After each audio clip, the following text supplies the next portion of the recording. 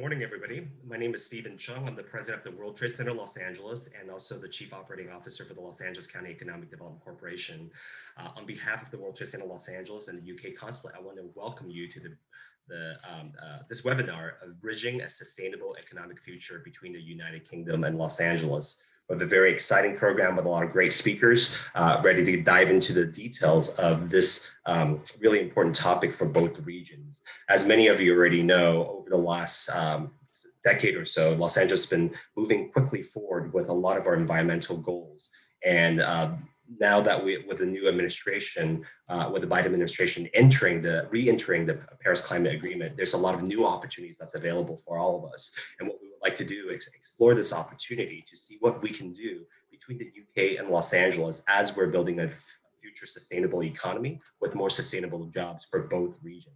And we are going to explore a bit more in terms of what the government policies are, as well as what the private sector are doing. So today you're going to hear from a number of different individuals with a lot of great inputs and information about what we can do collectively together to address the climate issue that we're facing as a world, but also from a local level, what we can learn from each other. And without further ado, I would like to introduce our first speaker, the Consul-General of the United Kingdom, Emily Cloak. Consul-General Cloak is the British Consul-General in Los Angeles. She's a senior representative of the UK government in Southern California, Arizona, Nevada, Utah, and Hawaii. So it's a big region. And we're delighted that she's here with us today. And ladies and gentlemen, please welcome Emily Cloak, the Consul-General for the British Consulate. Emily?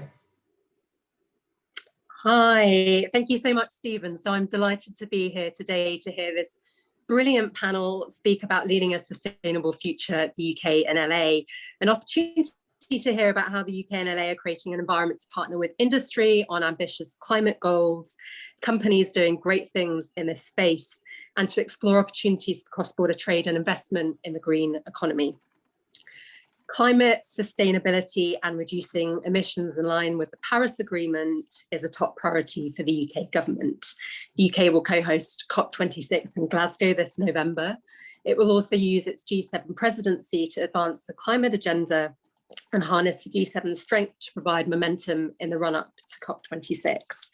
The benefits are numerous. So cleaner air, healthier communities, sustainable economic growth, energy security, and a safer, more stable climate. We believe that clean growth is the significant growth opportunity of the 21st century.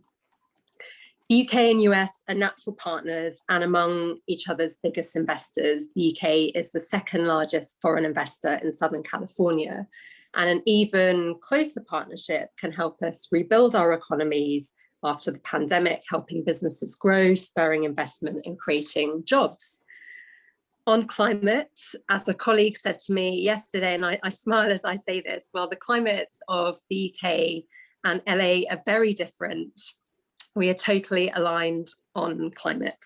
At a state level, California is a leader in driving and delivering US climate ambition.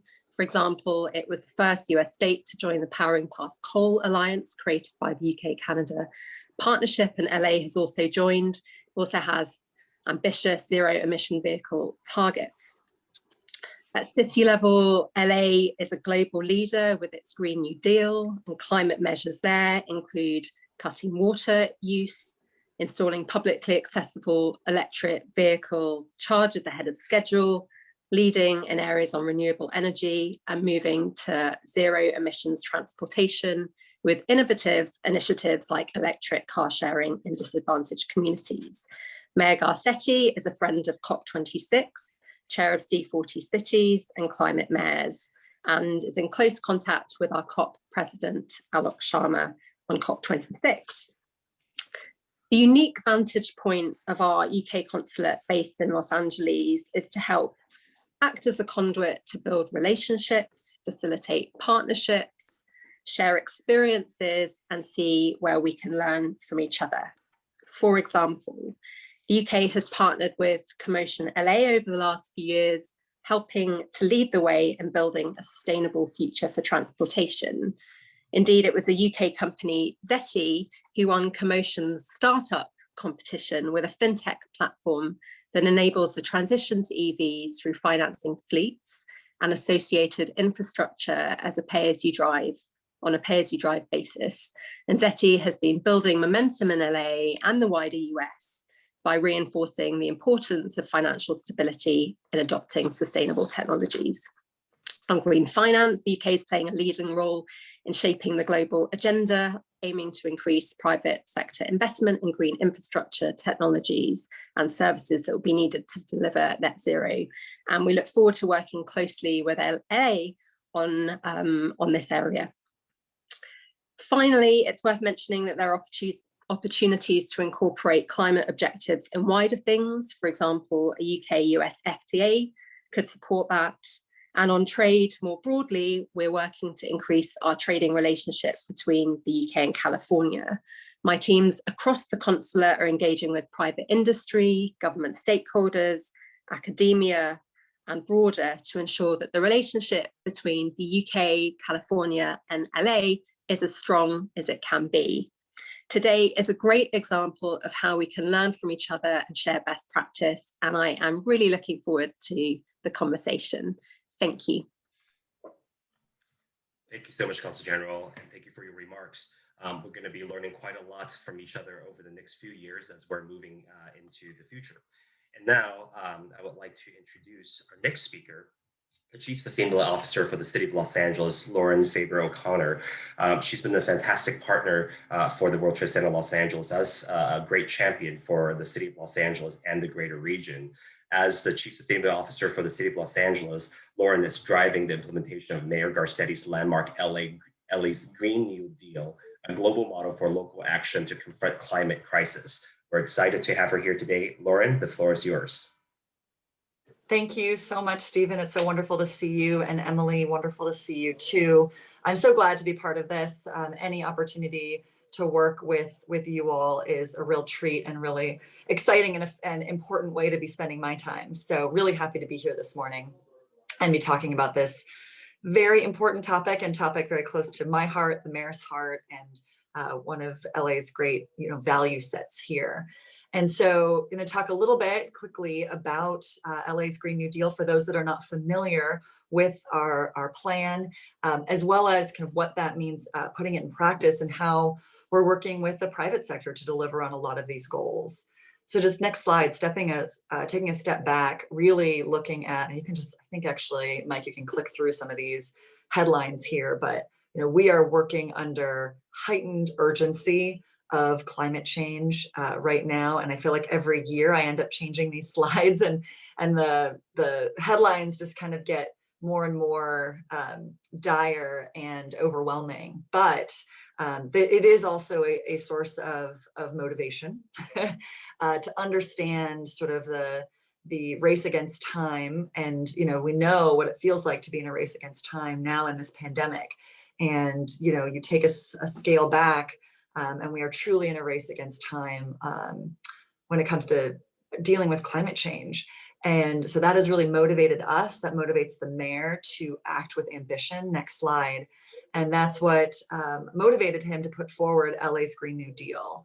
Originally, this was really about a 4-year update to the 2015 Sustainable City Plan, which itself was an incredibly important landmark moment for the city, the first time the city's ever had a sustainable city plan. But just even 4 years later, between 2015 and 2019, so much had happened in terms of, the technology improvements, in terms of the political landscape, and in terms of the urgency of the science. And so it really was a look across everything that we were doing and raising ambition so that we could be really compatible with the Paris Agreement, especially understanding that that we were, operating in a federal administration that was not supportive of that. So what does it mean to be compatible with the Paris Agreement? It really is about taking on more aggressive goals, but accelerating action in the near term, ensuring that, we're kind of front loading the work, because when it comes to climate change, the emissions that we are either emitting or saving now really matter to the climate. And that we do that in a way that prioritizes equity at its core, and that we are working to build a green economy that welcomes people all over the world and works for the workers here in Los Angeles as well. Next slide. I think that really takes to heart, yes, what we kind of consider our key principles going forward. And next slide. Just to give you a sense of the breadth of LA's Green New Deal, we really do address everything from kind of the traditional environmental, sectors like energy and water and waste and transportation, but we also dive deep into housing and resilience and food, healthy food access, urban ecosystems, and other areas that really demonstrate the synergies between kind of everything that we do and needing to make all of our investments really sustainable investments. But we can also, from a greenhouse gas, from a climate perspective, also boil down the work to what we call the 5 zeros. So a zero carbon grid, zero carbon buildings, zero carbon transportation, zero waste, and zero wasted water. Kind of full stop, key guideposts, key North Stars for us are the 5 zeros. And we really see how so much of them interact with each other. But as I say, and as folks are thinking, who are tuning in, like these really are our North Star, is to get to zero carbon in these key energy areas. And that really is driving our action. So I wanted to, for the purposes of today, I was sort of thinking, how do I want to describe, our engagement with the private sector, or what we are looking to how we're looking to attract more engagement from the private sector, or what we've been doing in the past. And so next slide, in thinking through the kinds of actions that we're taking that fit across multiple different sectors to build that green economy and to welcome private sector engagement, investment, leadership, innovation. All of these things are so key and core to the extraordinarily ambitious goals that we have set. These are world-leading goals with really exemplary programs, I would say, that, hey, in some cases we're learning from others, but we also know that everything we do in LA has the ability to be a model way beyond our borders. And so I kind of was thinking about it as maybe 3 categories of LA being able to use itself and its partners to create scale that attracts the private sector, proactively pursuing public-private partnership and welcoming innovation, and then how we leverage our own investments. And so just a couple of examples here I wanted to provide. On creating scale, I put down green hydrogen here because it's a very hot topic for us. And I would like to commend to you all to tune into the mayor's Facebook page tomorrow morning at 9 a.m. So Mayor Garcetti's Facebook page tomorrow morning at 9 a.m. To participate in and watch the event that will be releasing what's known as LA 100. This is a 3-year study to get LADWP, our municipally owned utility, to 100% renewable energy. And why that matters is because this isn't about kind of buying green power on the market. Our utility is the kind of utility that owns and operates kind of the whole system from soup to nuts. So we own the generation to create the electricity. We own and run the transmission lines, the distribution lines, and we deliver that electricity to our customers.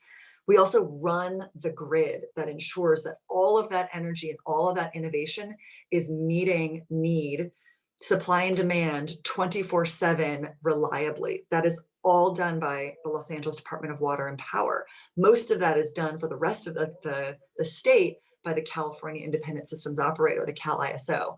So when we say we're going to 100% renewable, we're actually doing that to an entire grid, not just to a utility, but to a grid. And the report, which was done in partnership with and really by the National Renewable Energy Lab, a national lab of the Department of Energy. And our new Department of Energy Secretary, Jennifer Granholm, will be participating in this event tomorrow to release the findings. And one of the findings, an important key finding is that 100% renewable energy is absolutely achievable. And so for so many folks who are tuning in, who are involved in the clean tech sector, we are completely convinced and completely committed to reaching 100% renewable energy. We've seen it now. It can be done, and there are multiple pathways to get there, and to get there very reliably and affordably. One of the areas that was identified for increased innovation need is around green hydrogen. And I raise this as LA as one city having the ability to really revitalize this market and this technology through our own investments, because we are that big. And I've got a picture up there of the Intermountain Power Plant out in Utah, which right now serves as our final coal investment. So this is a coal plant currently. And originally it was slated, when folks were going from coal to natural gas, it was slated to be a smaller natural gas power plant. But now it's really turned into a focus around green hydrogen. And that when it opens in 2025, it will be at least 1/3 blended green hydrogen at that point. And it's an incredible opportunity for scale, because that site actually has salt caverns situated like natural salt domes that are the depth of the Empire State Building, 100 of these. So an incredible place to actually store green hydrogen. So this is really becoming a marquee national project for green hydrogen that is also informing how we look at our in-basin power plants, our power plants inside the city. So really LA being able to, through its own sheer scale, turn markets toward green energy. But we also do that by partnering. So we started the Climate Mayor's Electric Vehicle Purchasing Collaborative. And Emily mentioned Climate Mayors, which the mayor co-founded and chaired until actually just a couple months ago. Now Mayor Sylvester Turner of Houston, has become the chair, and the mayor remains on as a co-chair, which is super exciting to have the mayor of Houston chairing this effort. But what the EV Purchasing Collaborative does is it basically harnesses the purchasing power of hundreds of cities and other public authorities to buy from a single portal to buy electric vehicles for our fleets. So today it's 245 public fleets, cities, counties, are using this portal to buy upwards of 4,000 vehicles thus far. And we're moving into buses, school buses, transit buses as well, all available through a streamlined process to accelerate the procurement and the transition to electric in our fleets. And then, of course, public-private partnerships, or what we do to enhance innovation. This was actually a project that was launched at Commotion LA, what was this, 2 years ago now? Which is really the first of its kind to serve as a hub for transportation innovation in LA. The mayor has always ensured that LA stays at the forefront of innovation, particularly as it relates to the transportation sector.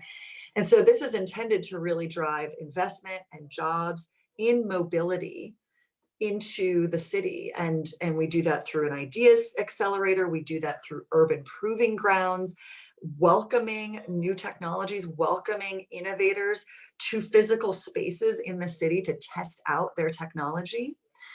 And then, of course, leveraging our own investments. So folks, maybe if you're involved in clean energy, rooftop solar, you may be familiar with what is now the largest feed-in tariff program in the country, which offers a favorable rate to developers to build large solar projects in the city, so that we can basically, of course, bolster our in-basin supply of renewables and engage, the many commercial properties in being part of the solution in Los Angeles.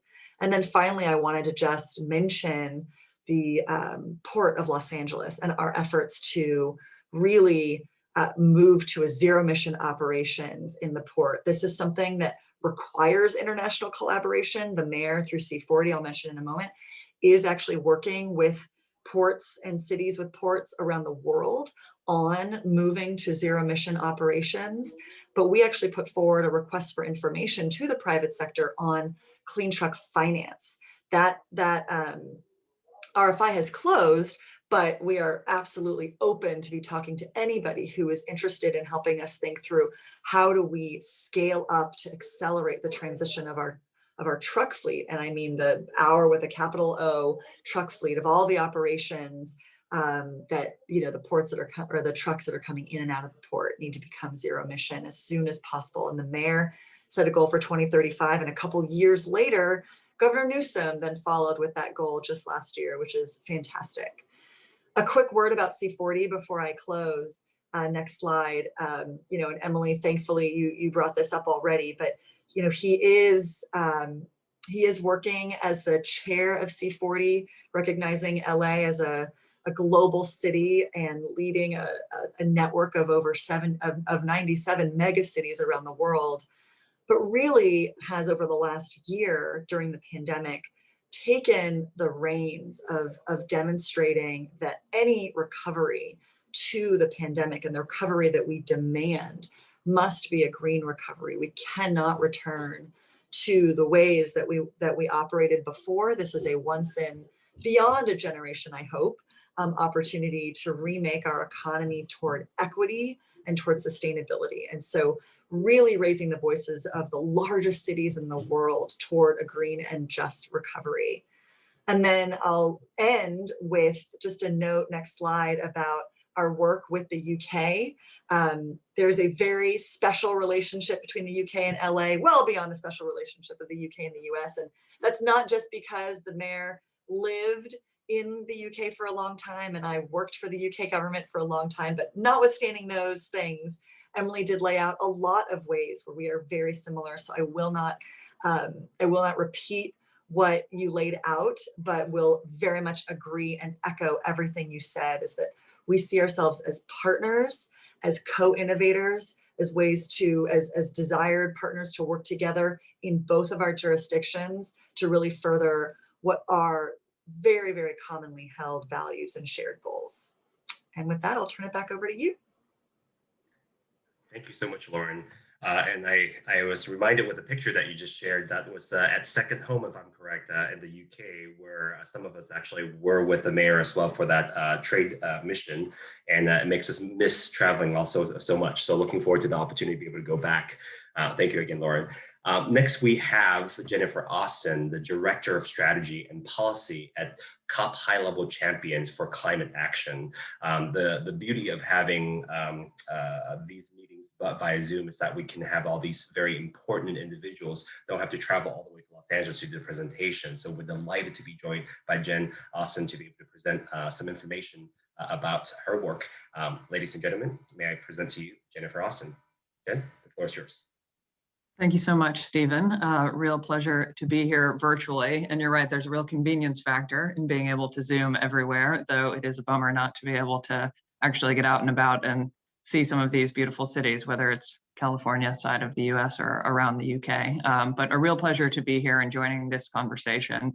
As Stephen said, I'm with the High-Level Champions for Climate Action, which if you've never heard of, is a UNE title with the best of them, but is a group that has a mandate from the UN, from the parties to the Paris Agreement and from the UN to organize and work with the non-state actors. And so everyone who is not a national government, who can't be formally a part of the Paris Agreement, recognizing the importance of businesses, investors, cities, states, regions, civil society, local governments in actually executing the Paris Agreement. It was also decided in Paris that they would create this position of high-level champion to help bring together, mobilize, and then channel the good work and leadership of the non-state actor community into the global conversation to make sure they were, a supportive part of that conversation, able to be part of the solutions in ways that you've already started to hear about here today.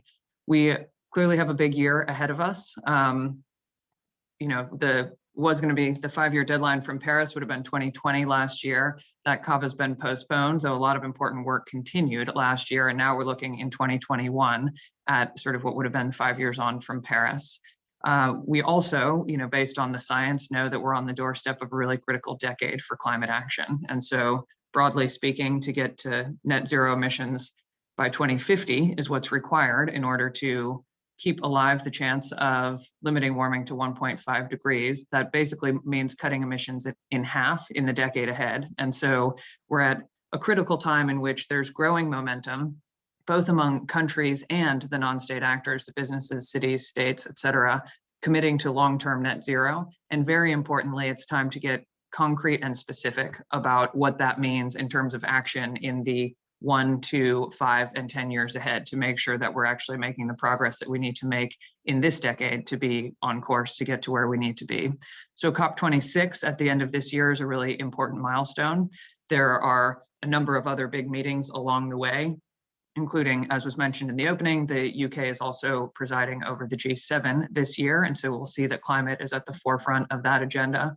The Biden administration is hosting a leader-level summit on climate on Earth Day on April 22nd, one of the first leader-level summits in a long time on climate, where they have said that they will put their own new climate target forward at or before that summit. So certainly some really important milestones for the countries of the world this year, with all eyes on what that level of ambition will be.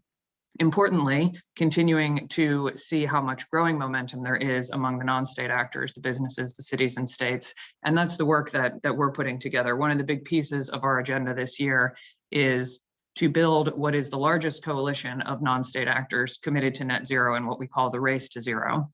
And there are now over 3,500 cities, states, regions, businesses, and investors who are committed to that race. We intend to grow that significantly on the way to the COP throughout the rest of the year. And what that is an umbrella campaign that brings together some of the leading net zero initiatives and campaigns that are already out there in the climate community. They all share a similar set of characteristics, which is that you must commit to net zero by 2050 or sooner.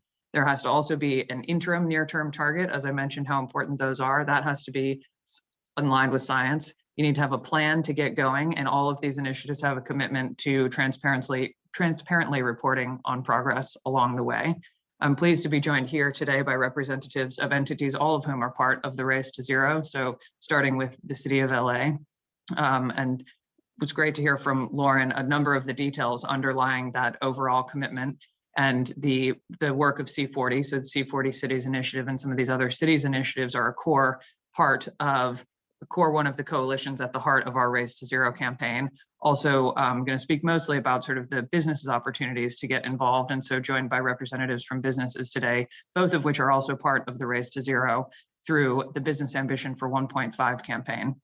And so for businesses to join the Race to Zero, there are a number of avenues. The big sort of global businesses mostly are committing through this Business Ambition for 1.5 campaign, which, as I said, it requires a commitment to net zero by 2050, as well as a science-based target that is validated by the Science Based Targets Initiative. And so we're seeing more and more companies coming out and making commitments, climate commitments of all sorts.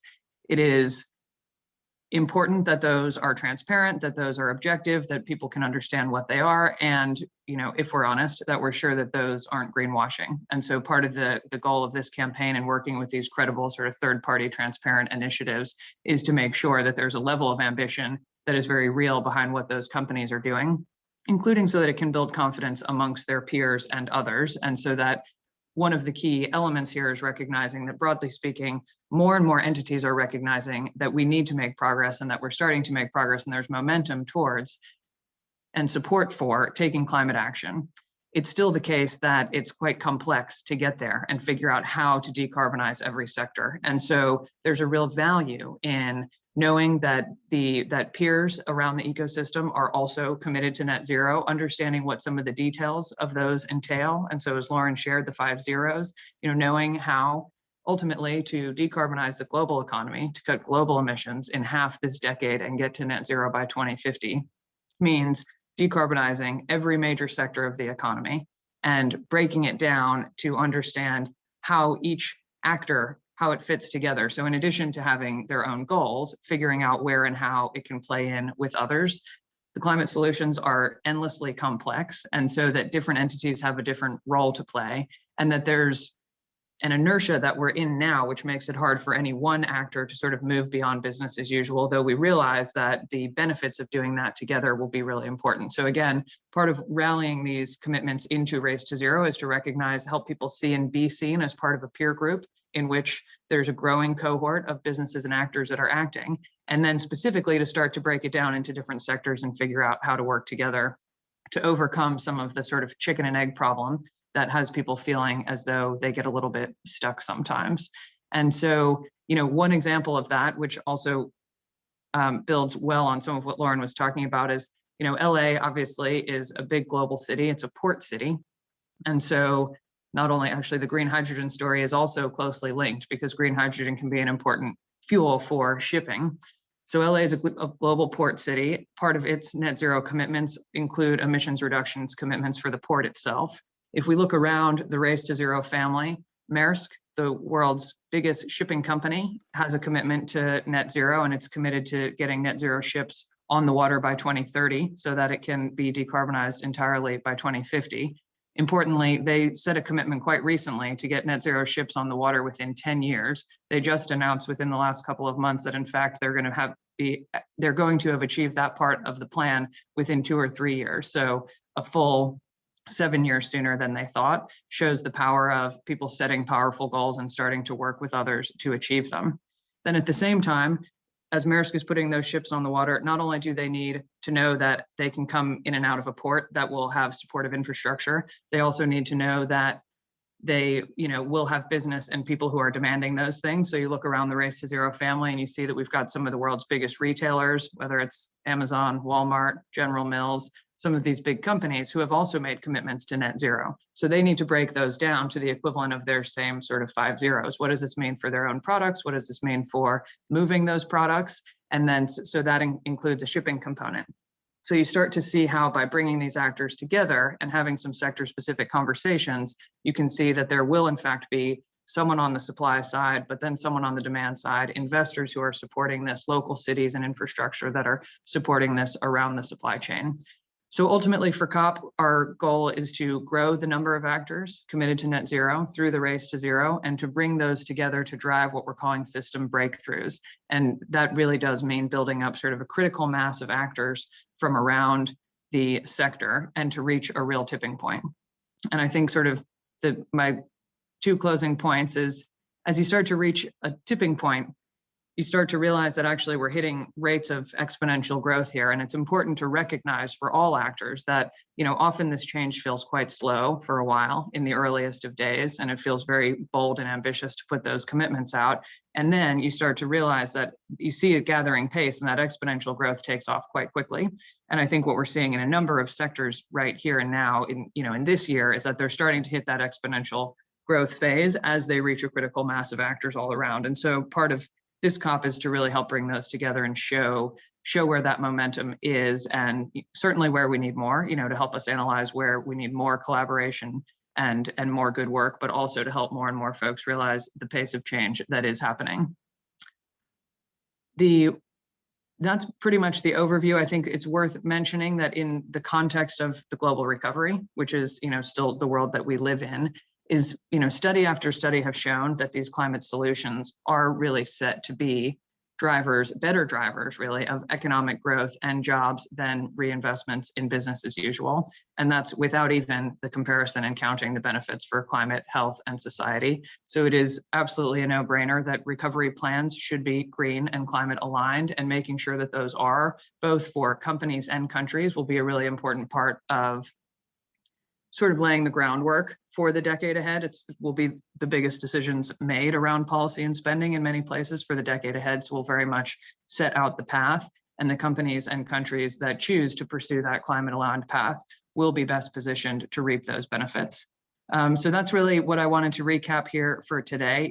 Sort of message to the audience is that this Race to Zero is on. It's picking up pace. It's going to be hitting exponential growth phases in many corners of the world. And so really pleased to be joined by some of those leaders on this virtual stage today, and very much invite, all the rest of you to join us in the run up to COP26, before Glasgow. Thank you so much, Jen. And you hit on the few very important points that actually is helping with our transition into the next phase, which is our panel discussion. But I do want to address what you mentioned for a little bit, which is the economic growth and jobs. As an economic development agency at the World Trade Center Los Angeles, we have a very selfish interest to make sure that we can actually create more jobs. And I mentioned earlier that we're also part of the LA County Economic Development Corporation. And recently we released a report that looked at the devastation of what COVID-19 did to the LA economy. So just a summary for everybody, at the end of 2019, LA County had about 4.5 million jobs for this entire county region. Within the first 2 months of COVID-19, we lost over 716,000 of those jobs. And over the last few months, we've been getting some of those jobs back, but we're still over 400,000 jobs short of what we were at 2019 at the end of 2019. So as we're looking at recovery, we see that the economic future is going to be very much tied into this recovery phase where we can look into the sustainability future. And that's why the private sector plays such an important role. And that is why it's such a good segue for us to introduce our next two panelists as well. So at this point, I would like to welcome to the stage Katherine Perez and also Gerard Orozco. Katherine is the Los Angeles City's Leaders and Associate Principal with Arup. And she's an expert in urban planning, transportation, stakeholder engagement. And she was with us in London as part of our trade delegation a couple of years ago. Can't believe it's been so long. And Gerard Orozco is a Vice President and Executive Clients Account Manager for Jacobs. And he helps guide strategies to serve clients like utilities, transit agencies, healthcare, and public works. And together we were in London supporting the mayor as he's pushing forward with a lot of the interaction between the UK and Los Angeles. And just one final note before I have the conversation started is that UK is one of our top foreign direct investment partners. LADC and World Trade Center, we issue a report every single year quantifying the number of foreign-owned enterprises in all of California. And there are over 2,400 UK firms already located throughout California, creating over 111,000 jobs and supporting those jobs in this entire state. So this interaction is going to be continually very important as we're looking at recovery. So ladies and gentlemen, let me bring on Katherine and Gerard, and then we're going to jump right into a question that also allows you to do a bit of self-introduction as well. Katherine, Gerard, the first question, then maybe we'll start with Katherine first. Can you talk a little bit about any examples? And there's a question in the Q&A aspect looking for that opportunity as well. Any examples of projects or activities that your company has created because of the climate policy goals, both in the UK and Los Angeles around the world? And can you talk a little bit about some of the crossover between the two sides as well? Katherine? Absolutely. Good morning. It's good to see you, Stephen. And I really, first of all, appreciate the opportunity to speak and join this great panel, but also hearing Lauren and Jennifer really kind of echo the urgency that I think we're facing right now. My name is Katherine Perez. I'm an associate principal with Arup, and I'm the LA Cities leader. And that role, I get to have the opportunity, the great kind of unique opportunity to work amongst the various kind of sectors that we practice in, whether it's healthcare, education, infrastructure, public-private partnerships. So I get a little bit of it all. Arup was a prime consultant working with Lauren's team on the development of the Green New Deal. So we're very close to that document, as well as how important and pivotal it was. Listening to Jennifer was really reminding me just how important it is for private industry to make these decisions, to kind of be transparent, as she says, kind of make the commitments. It is a difficult thing. In fact, Arup, we just made a commitment to net zero by 2030 as an organization, and we're a global organization, and it means a lot for us. We are changing our systems, we're changing what we're doing, how we're doing it, and importantly, I want to say that it's critical to take the first steps. I think Jennifer was right in saying, it seems really big, and there's tools there. The UN SDG goals, United Nations Sustainable Development Goals, all 17 of them are there for you to measure your efforts against the things that you're doing. So you can actually be able to use them as a guide. And that's what we've done. And so when you're asking about examples, what we've done is we've internalized this as a practice. So there are projects that when we bring projects into our office, into the work, into the kind of team, we measure up against what UN SDG goals does this help us achieve as an organization? And we cut across all the offices in the globe. So to Jennifer's point, I think it's really important that, you know, private industry takes steps forward, and it's in everything you do. It's in the way you procure your work. It's the way in which you work at subcontracts and contracts. It's the way in which you buy your materials and even the food when we're back in our offices, Stephen, how you actually do the very daily practices of running your business. So maybe with that, we can flip over to Gerard and take some notes from where he's coming from. But we're very excited. It's something that I think all of us need to do to reach the 1.5 goals that we've set for ourselves. Great, thank you, Katherine.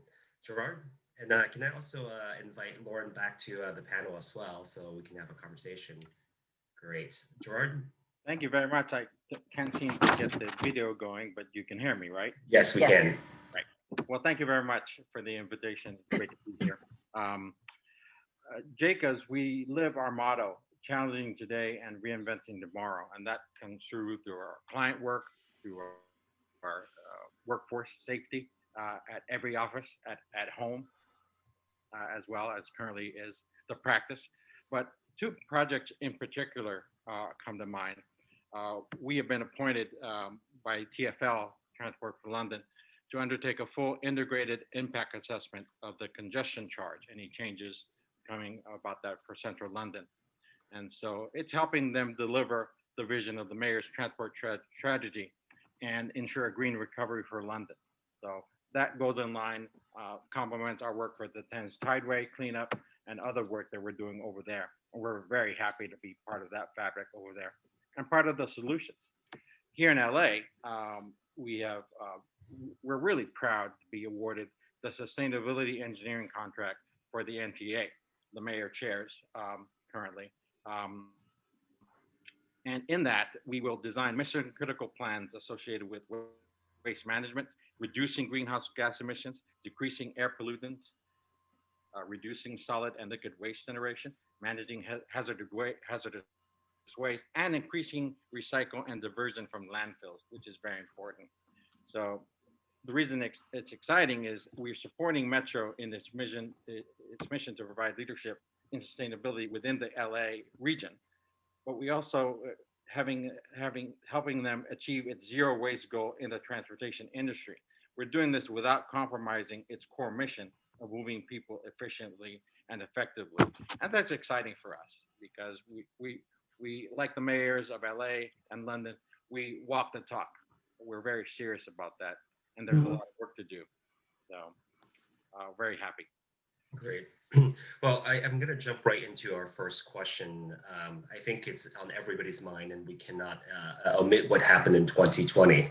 A lot of folks are wondering, based on all the work that the globe and especially Los Angeles, California has been doing prior to COVID-19, when it comes to sustainability, do you, and this is open for everybody, feel that COVID-19 has actually set us back some when it comes to our environmental policies and our goals and our action, or do you think it's actually stimulated even more discussion?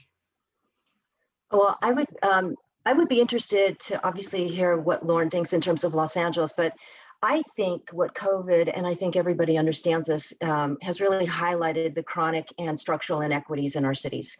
And it's brought into clearer focus the impacts that these inequities have placed on the wellness and lives of residents. And so I think, and I love to hear what Lauren's saying around putting equity as a central principle. We're working with a number of cities in LA County, and the issue of resiliency and equity have come forward as kind of foundational components, so that as you're going forward and looking at this, next stress and stressor, which we will all face, we all recognize we're going to have some more of these stressors come in, and we're going to need to handle them better.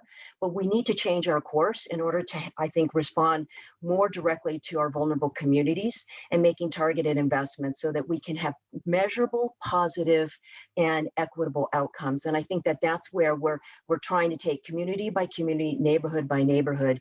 And to Lauren's point, I think that this is the time where equity, and I would add resiliency, are critical.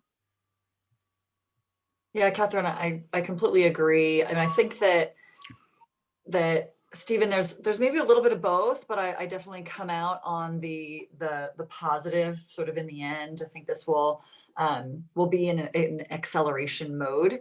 But there's a lot of things on sort of the average person's mind right now about their own, worry about their own personal health, their family's health, and what's going to come of a paycheck, or, what the bumpy, rocky roads ahead, closure, open, closure. It's a lot of things, right?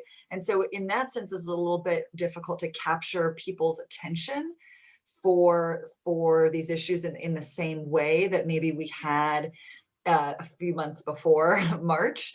But I will say, in terms of the actions, in terms of the solutions that we need to pursue to both help people out of this pandemic from a health perspective and an economic perspective, as well as help ourselves out of the climate emergency, there's so much synergy there that's why I think ultimately the solutions, ultimately we will prevail in accelerating climate action.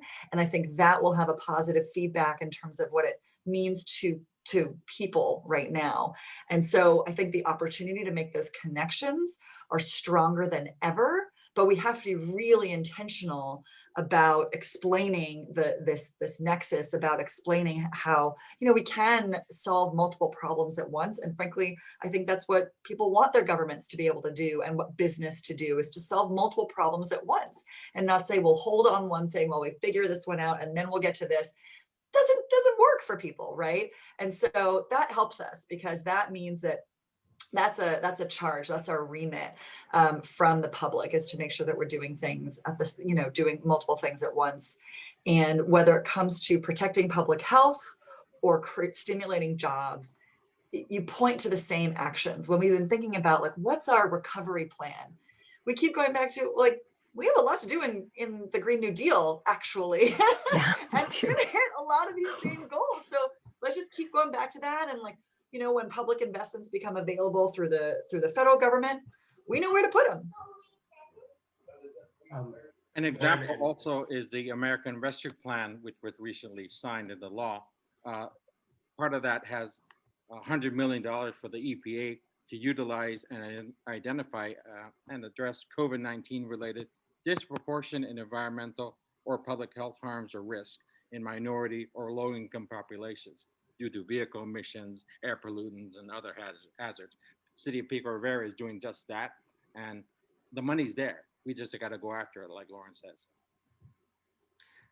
Thank you, Jordan. I was going to ask Jennifer this question. I think both you and Lauren previously mentioned the ports. In Los Angeles, we're home to the #1 and #2 container ports in North America, controlling about 40% of all cargo coming into the United States by sea. So it's a lot of cargo that's been going through. At the beginning of COVID-19, all of a sudden we saw a big drop off, but since then it's been climbing up and having record-breaking months every single month, including last month, which is another a huge month for those two ports. With that, you can imagine the traffic and the volume that's coming in. And one of the things that you said, Jennifer, really resonated, saying that we have to set these environmental goals that at the beginning might be daunting, but things start catching up. And then basically once you hit critical mass. And at the Port of Los Angeles, I remember when in 2006 or so, when we started discussing the Clean Air Action Plan, really setting a $2 billion plan for the two ports to basically become more sustainable. And now both Mayor Garcetti and Mayor Garcia have committed both ports to having a zero emission port. I think the timeline is 2050, if not before. And whether it's zero emission trucks or zero emission cargo handling equipment. And now what you said about Maersk and that sector is fantastic. So from a national, international perspective, with all these great goals that are coming in, what are some of the obstacles and challenges that are preventing us from being able to reach those goals?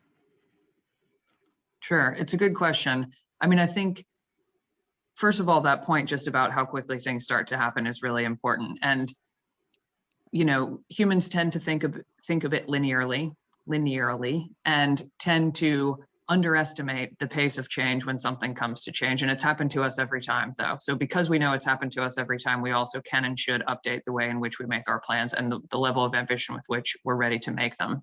In that, it's very hard to sort of imagine the future because you don't quite know what it's going to look like, and you don't, and exactly what, how fast that may come into existence. And then sort of you turn around, but if you look retrospectively and you turn around and sort of any piece of technology that's probably in it with arm's reach of anyone who's part of this panel or listening right now, if you thought what that looked like 10 years ago, you never could have pictured this thing. And so similar, we know that's how technologies actually evolve. They sort of spend time in this R&D phase, and then they hit a takeoff phase and that exponential growth phase. And there's something around just making sure that all the different actors are seeing that and recognizing, because there's a real power in inertia around. People are used to the way things are, and it's hard to imagine how quickly it might change, and to be the one who's ready to jump into that future. And yet if you go with some peers, including those who are on the supply side or the demand side, are the users, investors, or sort of builders of that thing, and you sort of hold hands and jump together, you actually know for sure that you will get there and everyone will be better off there. So there is a real, like, one of the barriers is just sort of a coordination game. And ultimately at its core, big global public issues like climate are sort of a global commons problem. And one of the biggest hurdles is just coordination. And so that's why, in these ways, sort of these public specific commitments are quite important. Equally, you can't just will things into existence. And so real financial commitments need to be made. We need a real understanding of what type of investment it takes now to get those payoffs and that exponential growth later. And I think, one of the, again, that's why sort of, if the market will be there, you'll invest more, more boldly in it. And so there is that element of making sure you're bringing the right people together and really collaborating, which isn't necessarily the thing that you think, oh, this is what businesses do, but recognizing that there's a better future we need to get to together. In fact, there are real benefits to that collaboration. And there's still sort of competition to be best positioned for that zero carbon future. And so it still can utilize and unleash those market forces, but recognizing that that sort of collaboration, understanding up and down the value chain is key. I think one really specific barrier that relates to this point is that often there are sort of almost pain points within the transaction sort of link, if you will, or the sets of decisions that need to get made, where the costs, what feels like a cost of a low carbon thing, is maybe particularly concentrated. And so if you look at some of the big, moving away from the ports example, but if you look at sort of steel, for example, or cement and some of these building materials, that to make low carbon steel right now is on a unit per unit basis quite a bit more expensive. One thing is, of course, you just need to invest in that technology, bring it down the cost curve and get it there. Even so, the studies show that essentially to build a city block or a whole building or a city block or a huge chunk of LA with low and zero carbon materials, in fact, won't be that much more expensive on the whole.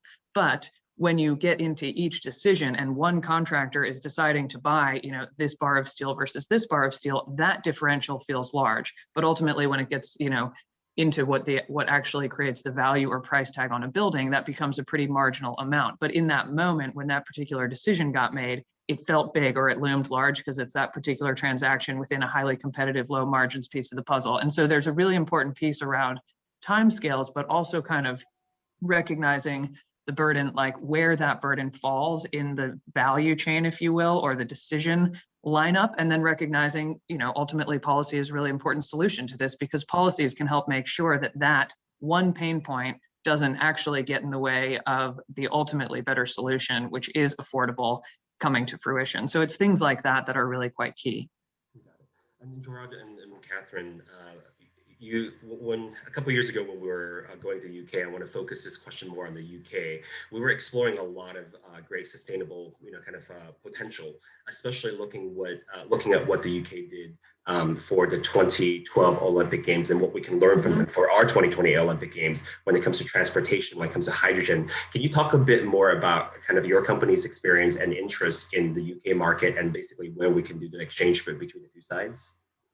Sure, and Gerard, I'll jump in. And by the way, before I get a call from the mayor of Long Beach, I want to say that Mayor of Long Beach, Robert Garcia, good friend to Arup and what we're doing, his port, I should say Long Beach port, is going to transition to zero emissions by 2030 and on-road trucks by 2035. So just for the record, Long Beach, Lauren, you can, if he asks.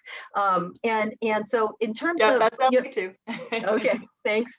I just want to say that it's not just, I mean, 2028 is an important goal. You know, Olympics are, and some of the work that I do is around the Olympics effort, but there's the 2026 FIFA game, there's the 2022 Super Bowl, and a whole bunch of stuff sprinkled in between there.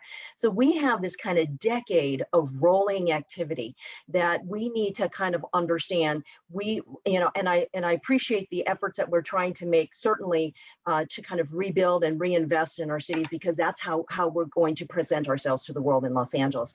But in terms of the partnerships that we have with the UK and how we can, the sharing and caring, I mean, what I think is really important is as we're all been discussing, the collaborations are critical.